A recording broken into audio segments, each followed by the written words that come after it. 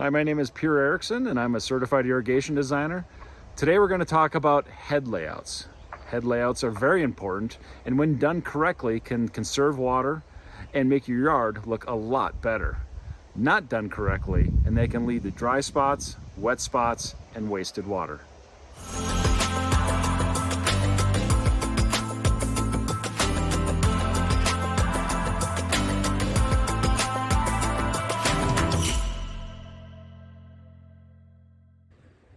So let's say you have a yard like this one. The layout doesn't work anymore. They've changed the yard by adding more flower beds and making the lawn area smaller. We can fix this. We can fix this two different ways, by either moving heads or changing heads completely, or actually doing a combination of the two. I'll show you how I make my decisions and how you can make the right decisions too.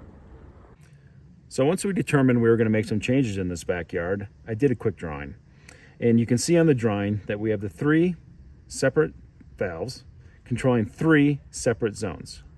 We have the zone here along the deck, we have the zone out in the middle, and we have the zone towards that flower bed that's next to the fence. The first step we're going to do is turn on the irrigation and flag the existing sprinkler heads in three separate colors.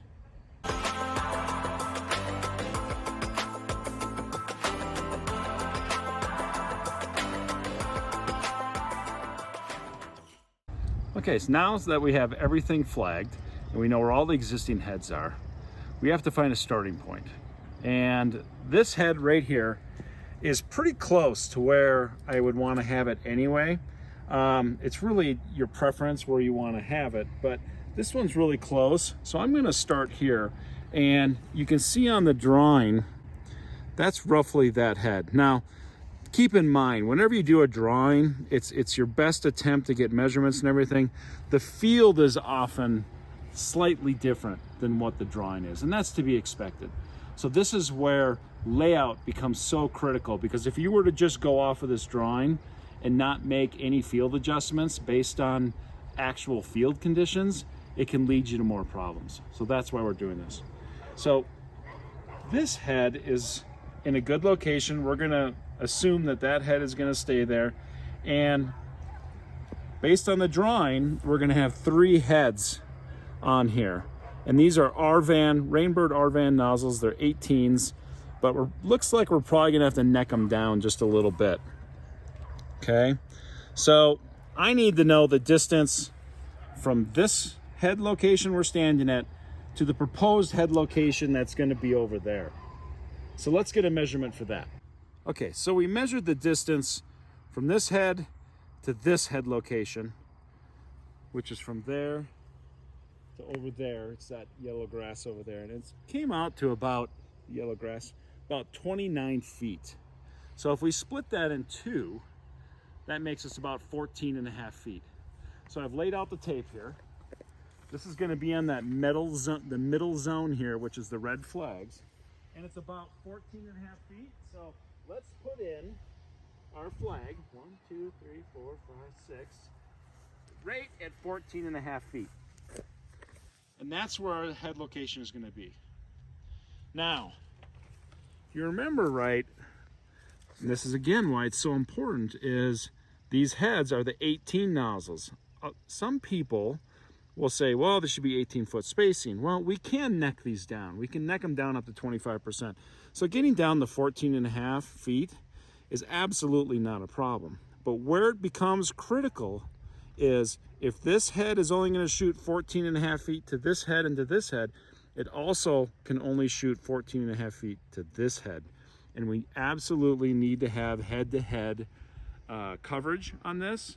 So again, from this head to the next head out here needs to be 14 and a half feet, not 18. Okay, let me measure that out and let's get that flag in. So we just got this head placed, and that head is right there. And as we were talking about before, this head can only shoot about 14 and a half feet because we don't want to get the fence or the deck wet. So that means from this head to this head needs to be 14 and a half feet. Once we got this flag put in, we checked to make sure it was in the middle here, and we got that in the middle, and we made sure that was adequate spacing. Now when we come to this next one, because this one can only shoot about 14.5 feet, the spacing from this head to this head needs to be about 14.5 feet. So we did the same thing. We measured 14.5 feet, we got to here, then we made sure it's in the middle. Now the one thing about this head that makes it different is that we can overshoot that head because we're not worried about hitting wood or any surface over there, and it's the same thing here. It's critical that we have head-to-head coverage, or the head shoots over the other head a little bit more than we need. We don't want to be the opposite, meaning if this spacing here was 16 feet, but that head only shoot 14.5 feet, we would get a dry spot here. So we're overshooting, so we're totally fine. The interesting thing is that we're making these small changes in the field because the drawing here is slightly different than what we're finding in the field. And that happens all the time. We're not dealing with a lot of time with survey documents. We're dealing with homeowner drawings or drawings that we may come out and do, and they're not going to be exact. So again, head layout is so critical, and you have to go through and do it on your own. You can't just go by the plans, because if you do, you could end up with dry spots or wet spots and wastewater, which is what we're trying absolutely not to do. So the next head here, this one from here to here is going to hit this head, okay? This head is going to get removed from the old system, and then this head is going to reach that head, and that head is going to reach that head. Now, these green flags, they actually laid out pretty good. We're not having to make hardly any changes to those green flags, okay? Because starting right here, they all switch to 24s. 24, 24, 24, and that's good. This is a little bit less than 24, but again, over spraying a little extra is not a problem. It's under spraying is where we get our problems. So there wasn't even a head. So we're adding a head right there. Then from there to there, there's an existing head here, but we're gonna move that head over about 1.5 feet, and that's gonna make us more centered between that head and that head, so we're not overspraying into the neighbor.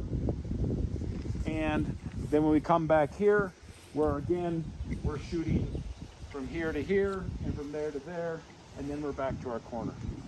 So everything's good.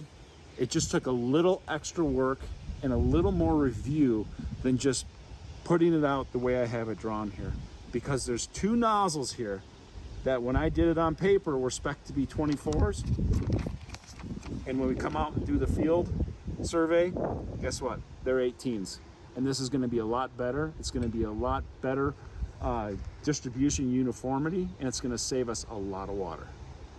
Okay, so we got all of our flags in the ground. We know where everything is. We're going to have much better coverage and uniformity on the system now. But the next step is, let's get out the shovels and get to work.